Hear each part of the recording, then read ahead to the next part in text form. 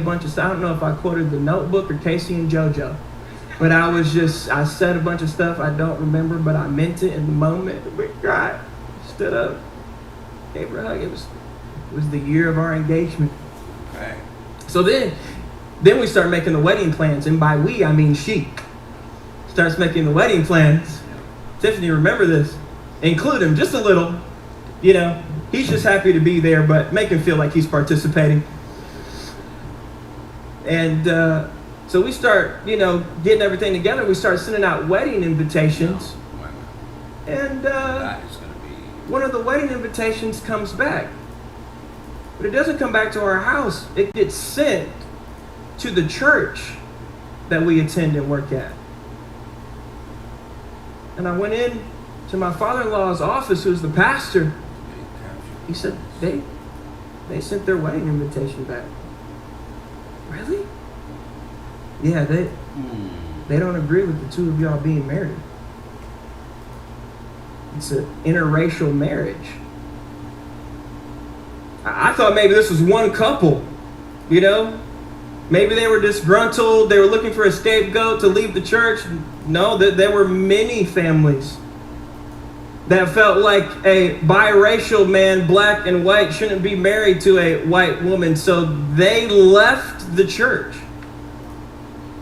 100 people. Deuces. In a year that was supposed to be framed by the joy of an engagement is now framed with prejudice and dissension. But we put our heads down, man, and we just plowed through it. We get to 2011. My father-in-law is a G. He's a champion. He stands up in the pulpit and he preaches with passion against this sin called prejudice and racism, to the point where someone asked him, what are we going to do when, these black people and these Mexicans are in heaven? He said, don't worry about it. You won't be there. Some things just don't go through the gate. So he took a stand and he married us. He did the wedding ceremony for us, and we got married. We sang to each other. It was great. We went on our honeymoon, came back, and I went on tour. Was gone for 3 weeks. Well, halfway through the tour, I get a phone call from Lorna, and her voice is shaking, and she's in tears. And I'm like, babe, what's going on? She says that her dad has been diagnosed with leukemia. Newlyweds, y'all. We just went through a church split. Me finding out people didn't like me for the first time in my life because I'm black. And now my father-in-law, who is one of my heroes, has now been diagnosed with what we feel like is a death sentence. And a year that's supposed to be framed with the joy of marriage has now been framed by illness, sickness, heartache. Man, those were hard. And there was more stuff going on. I know that we've all had years like this. That 2020 has been hard, but it may not even be the hardest year you've ever been through. But we've all got years like this where the rug gets pulled out from under us and we're wondering, what do we do, and what happened to our plans, and what happened to our calendar, and what happened to the things that we thought were going to happen. I had a different idea of what this was going to be. This was not the year that I saw. We're in the middle of a year like that right now where we started off the year with like 47 million acres of Australia being burned to the ground. We started off the year with the news of Kobe Bryant and his daughter and seven other people passing away. We've had our president go under 2 articles of impeachment. We've had a worldwide pandemic and quarantine. And that's just like at the macro level. This isn't the personal implications of the loneliness that we felt and the hurt that we felt and the heartache that we felt. And we've had to watch grandparents die on the other side of a piece of glass because you can't get into the facility to see them. This is real. It's the year that we've been living in. And that's where I have to point myself, my soul, and my eyes to Scripture, because none of this is new to God. This isn't anything that he hasn't seen before. It's not anything that is outside of his control. And so I peer back across the vast landscape of Scripture to look into the heart of a young prophet named Isaiah. And he says, in the year King Uzziah died.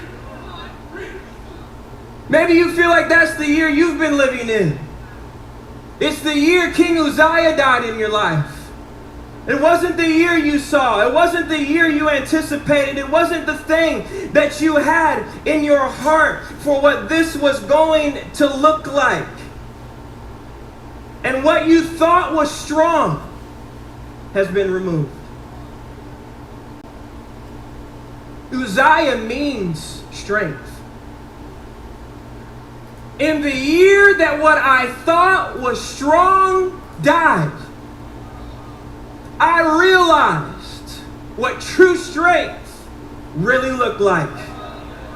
Because Isaiah says, in the year King Uzziah died, I saw also the Lord. And maybe this year, God has been removing some things from your life that you've been dependent upon, that you have placed your faith and your confidence in, because you thought they were stronger than they really were. But there is no one stronger than our God. We have discovered in 2020 what true strength really looks like. We've discovered that hope has a name, peace has a name, joy has a name, comfort has a name. In the year my strength died, I saw that God was stronger. Come on and put your hands together.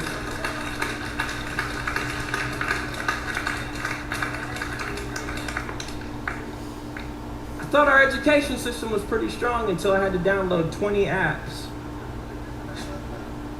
send 19 emails, and God bless all y'all teachers. I mean, it's just hard for all of us. We all just trying to make it. I thought our healthcare system was pretty strong, y'all. Until they said, stay home, we don't have occupancy. Y'all get sick, you on your own. Thought that healthcare system was pretty strong, boy. Then we got to flatten the curve. I thought y'all was supposed to flatten the curve. Y'all healthcare professionals, they're in a tough spot, man. I thought the economy was pretty strong. I've been hearing about that a lot. Greatest economy in the history of America. It's been incredible. It's been great. Oh yeah, but one little teeny tiny bacteria took out a whole infrastructure. Not as strong as I thought it was. Thought my marriage was pretty strong until we were spending weeks on end together with nothing to distract us from our dysfunction, and we had to look each other in the eyes. Thought I was strong.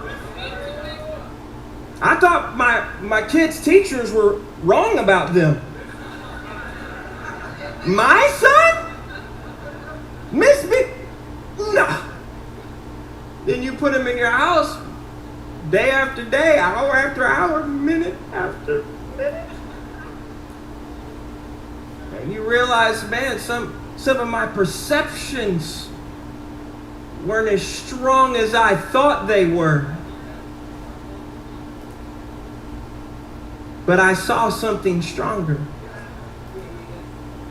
And instead of running to a building to fix all my problems, and running to a marriage to fix all my problems, and running to a prescription to fix all my problems, I had to learn to run to the name. Because the name of the Lord is a strong tower. The righteous run into it, and they are saved. They that wait upon the Lord shall renew their strength.